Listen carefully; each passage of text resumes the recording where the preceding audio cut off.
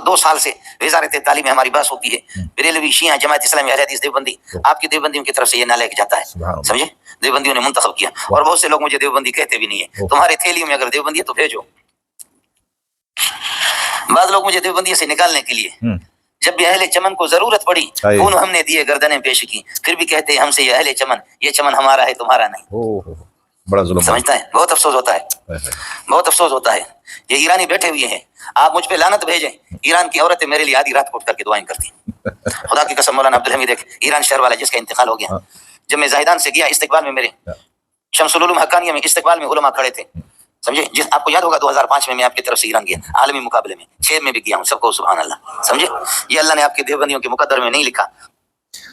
یہ مولانا منظور منگل صاحب ہیں، جن پر میں یہ دوسری تیسری ویڈیو بنا رہا ہوں، صرف اسی خاطر کہ احساس برتری کی جو بیماری ہے یہ ہمارے اکابرین سے نکل جائے۔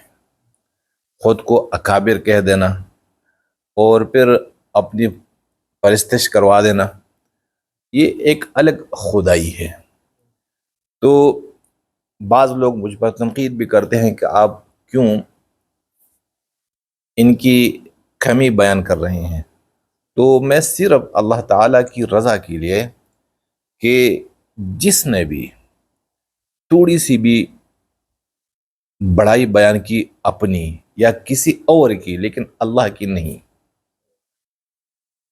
اور پھر اپنی بڑائی بیان کرنا یہ تو زہر ہے، تو جس نے بھی اپنے آپ کو بڑا سمجھا، اپنے آپ کو کچھ سمجھا، تو اس کے دل میں کبھی بھی اللہ تعالیٰ کا نور نہیں اترتا۔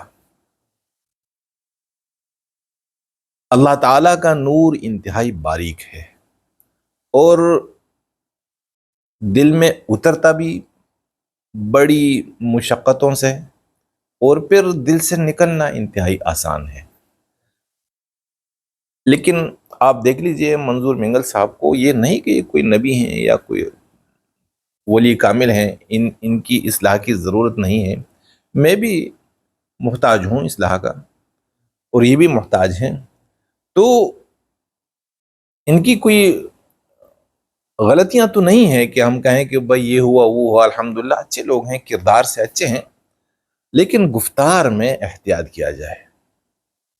میں کسی کے کردار پر انگلی نہیں اٹھاتا، کیونکہ ان کا کردار میرے سامنے ہے ہی نہیں، اور میری میں ان سے غلط جو بدگمانی ہوتی ہے وہ بدگمانی میں نہیں رکھ سکتا۔ میں ان پر اچھا گمان کرتا ہوں کہ انہوں نے کوئی غلطی نہیں کی ہوگی کردار میں، بس گفتار میں یہ ہے کہ جب بھی آپ انہیں سنیں تو اپنی برتری بیان کرتے ہیں، یہ برتری بیان کر دینا ان کے لیے خطرناک ہے، اور صرف ان کے لیے نہیں ہے۔ اگر صرف ان کے لیے خطرناک ہوتی نا تو میں کسی طریقے سے جا کے ان سے مل لیتا، لیکن یہ جو برتری ہے، یہ جو تکبر ہے، یہ جو بڑائی ہے اپنی، تو یہ عوام کے دلوں میں بیٹھ جاتی ہے۔ عوام تو ہے ہی پاگل، تو پھر وہ انہیں پتہ نہیں کیا کیا نہیں سمجھتے۔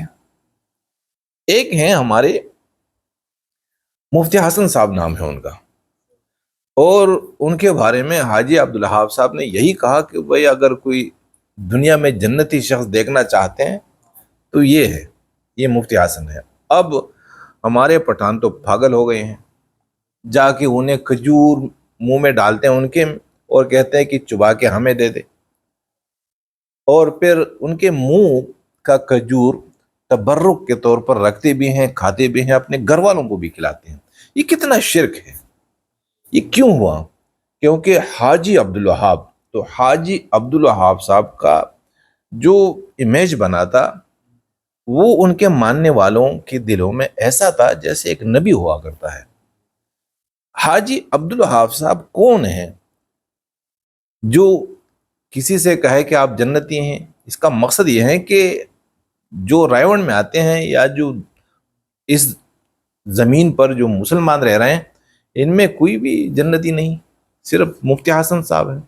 تو مفتی حسن صاحب ہمارے خصوصاً پنجاب والے تو جانتے بھی نہیں، لیکن ہمارے پٹھانوں کے بھائی خدا بن چکے ہیں.